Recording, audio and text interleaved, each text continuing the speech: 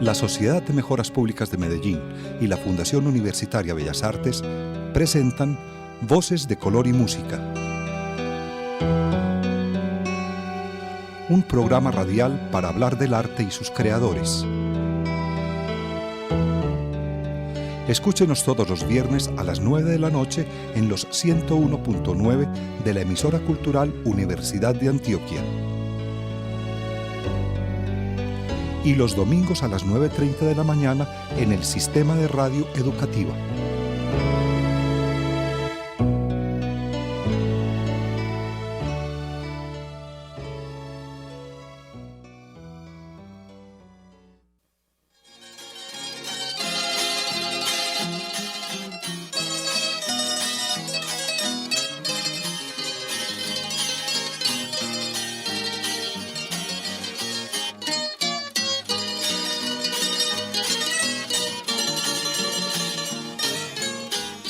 Bienvenidos a Voces de Color y Música, el programa radial de la Fundación Universitaria Bellas Artes y la Sociedad de Mejoras Públicas de Medellín. Agradecemos a Alexis Ramírez, quien nos colabora en la grabación del programa. En la realización está con ustedes Carlos Vélez. Estamos escuchando música colombiana porque nuestra invitada nos va a presentar un tema bien interesante, una investigación que realizó ella para obtener el título de socióloga en la Universidad de Antioquia. Ella y una compañera, entre las dos hicieron un trabajo de investigación que tiene que ver con los sonidos de la guerra. Por eso un poco lo de la música colombiana. Pero esta joven que hemos invitado hoy es pianista. Esa es, digamos, su dedicación, su amor por la música, lo hace a través del piano, pero también, como les acabo de decir, es socióloga, acaba de graduarse en la Universidad de Antioquia. Vamos a hablar entonces con Dayana Betancourt Vargas. Ella nos va a contar sobre sus estudios de sociología de piano, un festival de piano precisamente al que va a asistir por estos días también en España. Pero vamos a hablar con Dayana Betancourt Vargas sobre ese trabajo de investigación, los sonidos de la guerra. Cómo a través de esta investigación realizada con la Asociación de Víctimas y Desplazados de la Comuna 13 de Medellín, ellas encuentran esa relación entre los sonidos de la guerra.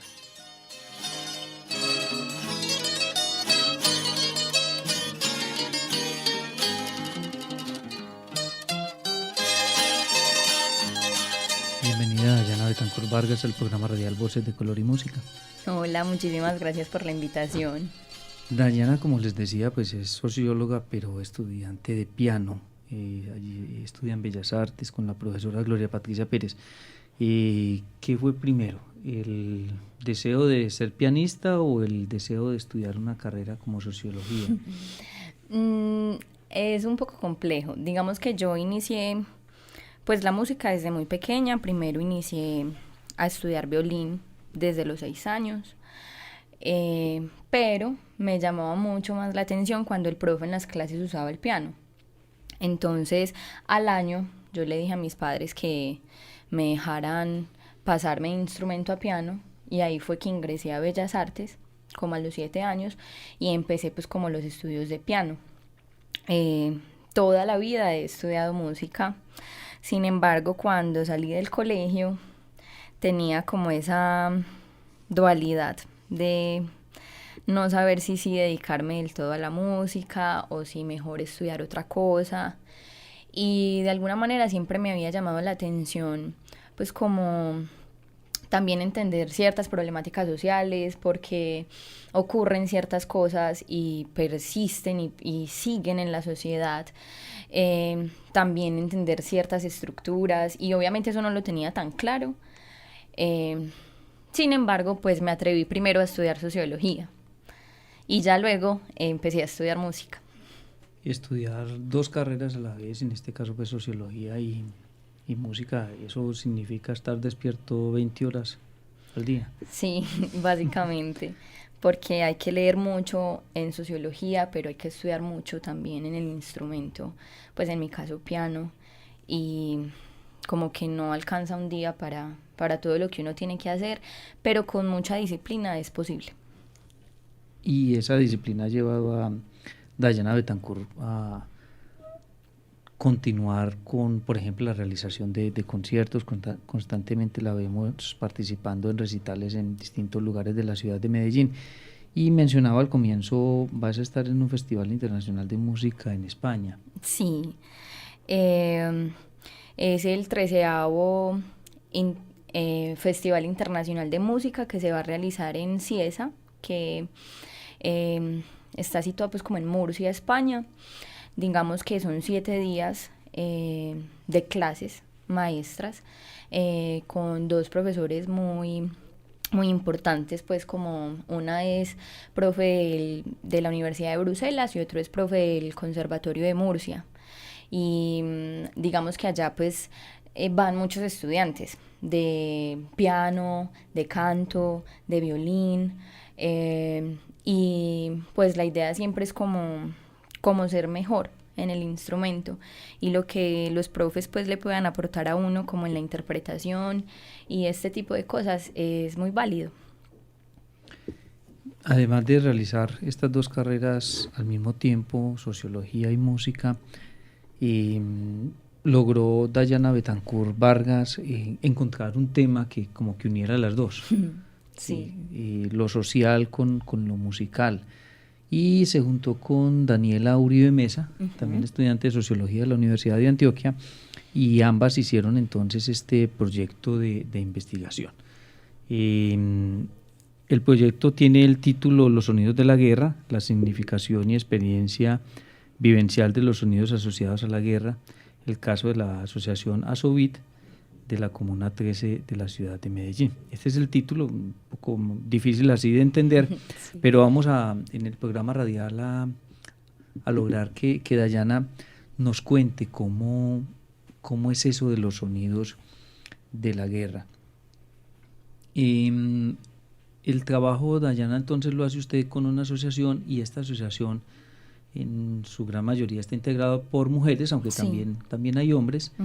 Y es un trabajo entonces de campo, donde ustedes empiezan a conversar con ellos y a relacionar esos sonidos. Contémosle a los oyentes primero, Dayana Betancourt, cuáles son esos sonidos que puede uno identificar, o que ellas más bien en esa conversación con estas madres logra usted identificar que son sonidos de la guerra. Pues mira, ellas... obviamente la guerra, dependiendo del contexto en el que se realice, tiene sus sonidos. Cabe aclarar aquí que ellas son pues como desplazadas de diversas partes de Antioquia. Y eso les da como la particularidad de que encuentran sonidos muy similares. Para ellas los que más recuerdan era el sonido de las balas, el sonido de las motocicletas, si no estoy mal, de 2 tiempos o 3 tiempos. No sé. Dos tiempos. Sí. Es el que más recuerdan. También se encuentra el sonido de los machetes, el sonido de a veces ciertos helicópteros, el sonido de las pipetas de gas, de algunas explosiones, los pasos, ellas también los mencionan mucho. Obviamente también el sonido del llanto y fue muy bonito también porque ellas hablaban mucho del sonido del silencio, ese silencio que digamos como que evoca lo primero que algo va a pasar.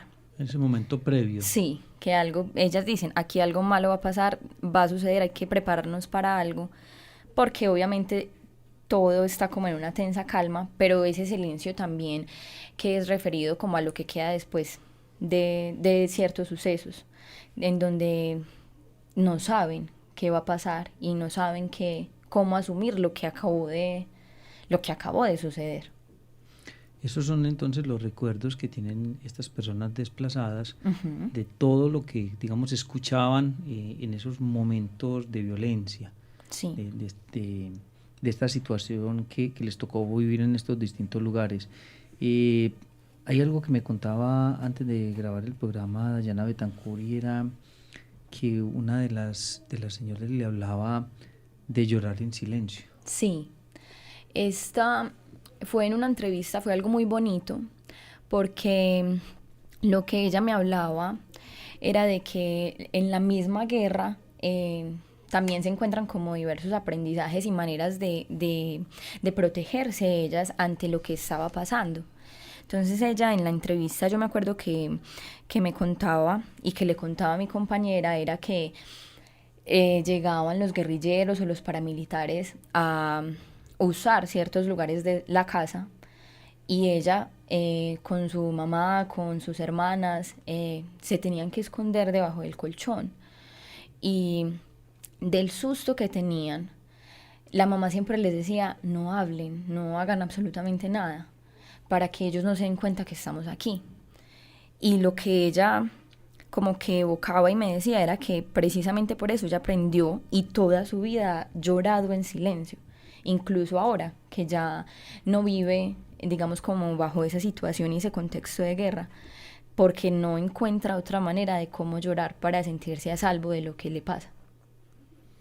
Vamos entonces en esta conversación con Dayana Betancourt Vargas encontrando cuáles son ese significado más bien de los sonidos que muchas veces o normalmente uno no reflexiona sobre ese tipo de cosas, es decir, muchas veces porque quizás no nos han ocurrido este tipo de acciones violentas, no hemos estado en esos lugares o en esos espacios, pero también porque a lo mejor no somos conscientes de lo que puede llegar a significar un sonido más que una imagen, que también ocurre, claro está, pero también lo que puede llegar a significar esos sonidos.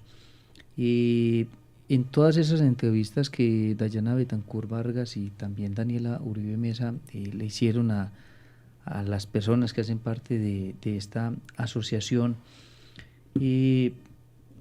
la idea era que ellas pudieran en un momento dado contarles a ustedes sobre lo que había pasado, pero también cómo lo recuerdan hoy.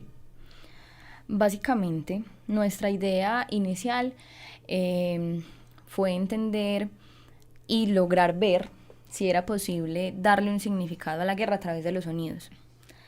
Obviamente, digamos, en el transcurso de la investigación, esta perspectiva se va ampliando un poco, entendiendo que los sonidos no son los importantes en sí, sino lo que evocan esos sonidos y las sensaciones que van ligadas a ese sonido que ellas sienten. Por ejemplo, hay sonidos que les producían miedo, otros que les producían mucha tristeza,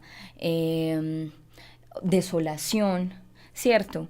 Entonces, digamos como que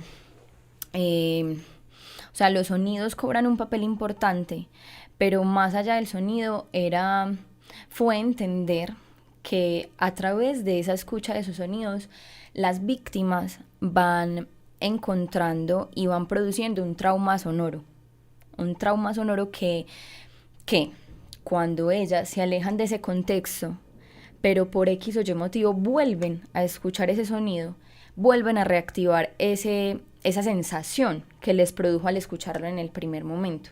¿Sí me hago entender? Claro, es por ejemplo, usted mencionaba que algunos de esos sonidos podrían ser las motos, las balas, uh-huh, los gritos, un helicóptero, en fin. Entonces, estar hoy en sus hogares, en donde están viviendo hoy en la Comuna 13, y el hecho de que pase una moto, o que sientan una bala, o que sientan un helicóptero, esos sonidos les traen esos recuerdos. Es un poco paradójico. De alguna manera sí, porque la Comuna 13 se ha caracterizado por ser un contexto pues muy violento, ¿cierto? Ellas allí, digamos, llegan buscando olvidarse de alguna manera de su pasado y empezar a salir adelante y a emprender, digamos, como una nueva vida. A partir de cero. Sí. Sin embargo, cuando se encuentran de que allí también hay balaceras, de que también pasan diversas motos de diversas bandas y ese tipo de cosas, las llevan como a recordar, pero ya no sienten lo mismo, porque aquí ya no son víctimas directas del conflicto. Aquí ellas ya tienen, digamos, como un hogar que las hace sentirse a salvo, porque para ellas, por ejemplo, la casa es sinónimo de protección.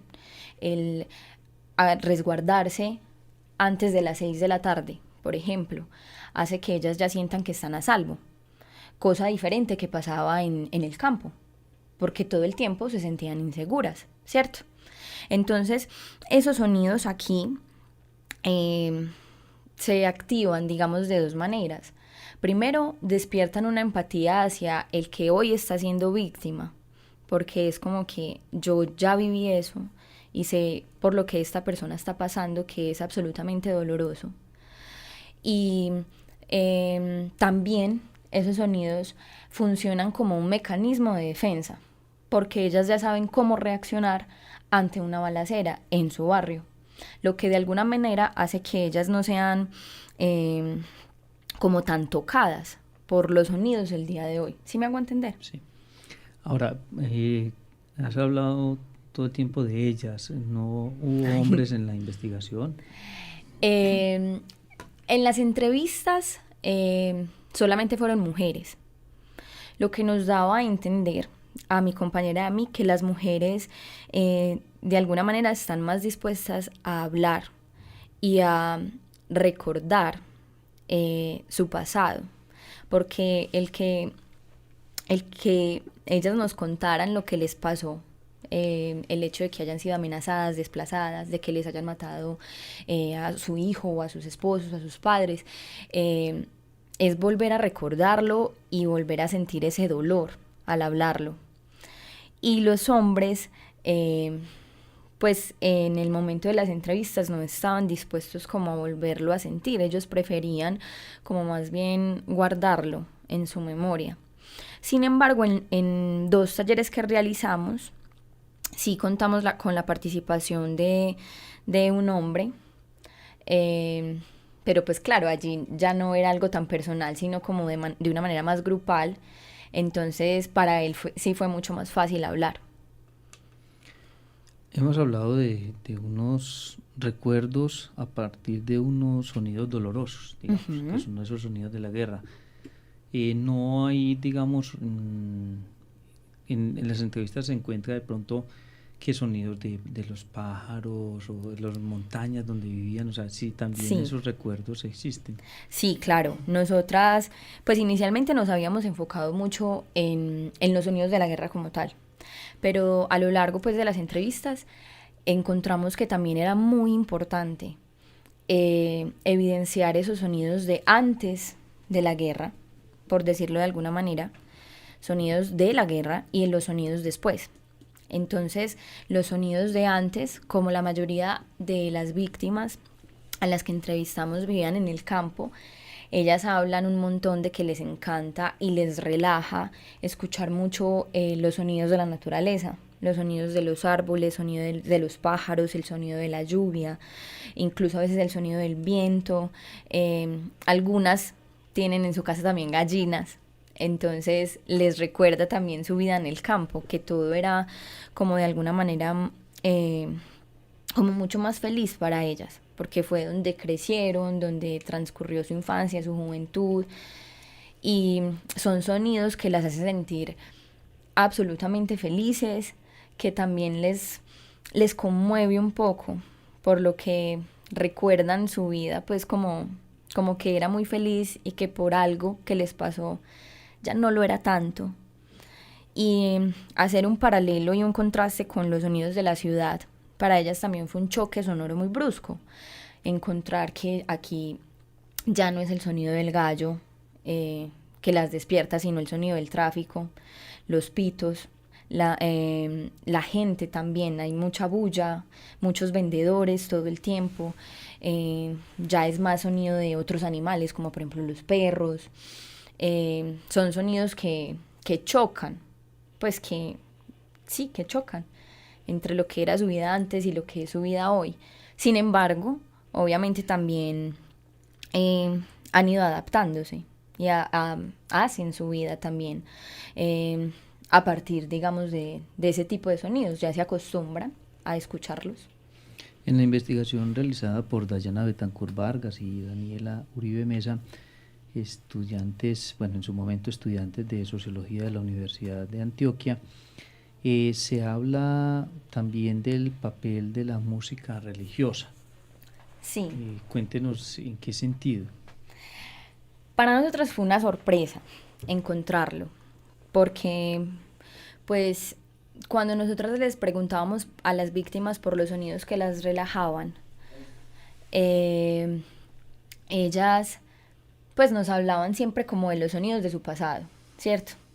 Sin embargo, como que también encontraron que en la música religiosa ellas tenían un aliciente para seguir adelante. O sea, la religión y ese, digamos, creer en Dios hizo que la mayoría de las víctimas tuvieran como esa fuerza para ser resilientes. Entonces, por ejemplo, hubo una en particular que es cristiana, a la que la música religiosa la marca por completo, porque ella de hecho justificaba el hecho de que lo que le pasó fue porque Dios se lo puso para algo, fue una prueba que ella tuvo que afrontar, y el hecho de salir de su hogar y empezar de cero, y encontrar en Dios y en esa música algo que la reconfortaba, fue muy valioso para ella, porque ella pudo criar a sus hijas sola y continuar con su vida aquí en la ciudad a través de la religión y la música religiosa. Ellas como asociación, ¿no? O esta Sí. asociación que están trabajando juntos, hablan de estos temas, por ejemplo. Pues hablan de temas muy diversos. Digamos que la prioridad de esa asociación, al menos en el tiempo en el que nosotros hicimos esta investigación, era como intentar buscar reivindicar a las víctimas, ¿cierto? Y hacer valer sus derechos como víctimas. Es decir, buscaban ciertas ayudas también del gobierno, pero también se reúnen con otras comunidades, con otras asociaciones también de víctimas y desplazados para hablar de lo que les ocurrió y buscar ser resilientes ante esto. Entonces hacen diversos talleres, por ejemplo a través de la pintura de mandalas, o se reúnen y hacen obras de teatro también en donde cuentan de alguna manera lo que les pasó. Y pues es a través como de esa comunidad en donde ellas buscan olvidarse de esto, pero no olvidarse como diciendo ya no lo recuerdo, sino como hacer un par y decir, nosotras fuimos víctimas, pero no vamos a seguirlo siendo toda la vida. Y tenemos que aprender a vivir con lo que nos pasó, pero ya, pues despertar. Dayana Betancourt, ¿hay alguna manera de encontrar este trabajo si alguien se interesa para leerlo? Sí, claro, eso está en el repositorio digital de la Universidad de Antioquia, y también creo que está en la biblioteca principal de la universidad. De la universidad. Dayana, bueno, al comienzo del programa radial hablábamos de Dayana Betancourt como una egresada de Sociología de la Universidad de Antioquia, pero también pianista. Sí. Y nos has contado entonces este trabajo de investigación, nos has compartido sobre los sonidos de la guerra. Pero volviendo al tema del piano, en esa, digamos, el festival que vas para España en estos días, sí. Estás preparando algunos compositores, obras de algunos compositores especialmente. ¿Cómo será esa participación tuya allí? Pues yo, obviamente aquí en Bellas Artes, yo voy a cursar el 10º semestre ya. Entonces, estoy preparando mi recital de grado. Y esa fue una de las como principales iniciativas que me dieron ganas de ir a España, que me escucharan otros profesores precisamente por eso, porque es mi recital de grado. Entonces quiero llevar algo como muy bien y tener como la capacidad y otros puntos de vista que me digan, puedes hacer esto, puedes mejorar en tu interpretación de esta manera. Entonces lo que voy a llevar es parte de mi recital de grado. Voy a llevar obras de Bach, obras de Beethoven, una sonata, los 3 movimientos de la sonata número 6 de Beethoven, llevaré un estudio de Prokofiev y aunque esta no hace parte de mi recital, me gusta mucho, entonces por eso la quiero llevar para que me digan qué podría mejorar, de un compositor latinoamericano que se llama Ernesto Lecuona. Y en el recital entonces estás pensando en esas obras de los 3 primeros y algún colombiano, ¿no hay obra colombiana allí? Estoy pensando, pero aún no la tengo definida, porque Luis Antonio Calvo tiene obras muy bonitas, pero es que hay muchos compositores que tienen música como muy sentida y que aparentemente es muy sencilla, pero lo enriquecedor está como en la interpretación, en saberlo interpretar y mostrar al público. Entonces pero sí, hay que incluir uno tiene que tocar, digamos, como obras de todos los periodos de la música: barroca, clásica, romántica, posromántica, contemporánea, e incluso, si estamos acá, pues es latinoamericana, que puede incluir música colombiana o música de otras partes de Latinoamérica. Claro. Y bueno, entonces ya concluiste uno de tus proyectos de vida, la sociología, estás a punto de terminar el de la música. ¿Qué sigue de ahora en adelante? Por un lado, por el otro, socióloga, pianista, o seguir tratando de combinar ambas profesiones. Pues realmente sería interesante combinar ambas profesiones. Sin embargo, lo que más me apasiona es, pues digamos, el piano. Entonces voy a buscar la posibilidad de hacer una maestría en el exterior, pero si hay un enfoque investigativo, me inclinaré también pues hacia las investigaciones de la sociología de la música. Muchas gracias, Dayana Betancourt Vargas, por acompañarnos en Voces de Color y Música. Está la invitación para leer su investigación en la biblioteca de la Universidad de Antioquia, también en el repositorio de documentos de tesis.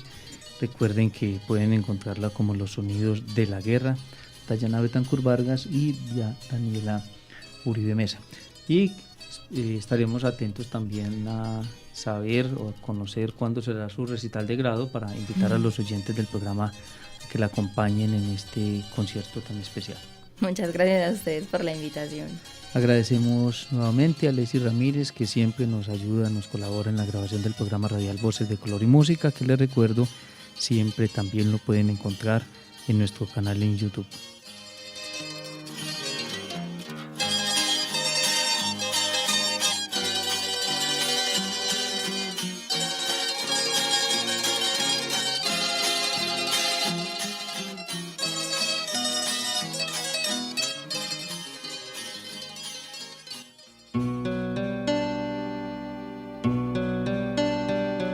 La Sociedad de Mejoras Públicas de Medellín y la Fundación Universitaria Bellas Artes presentaron Voces de Color y Música,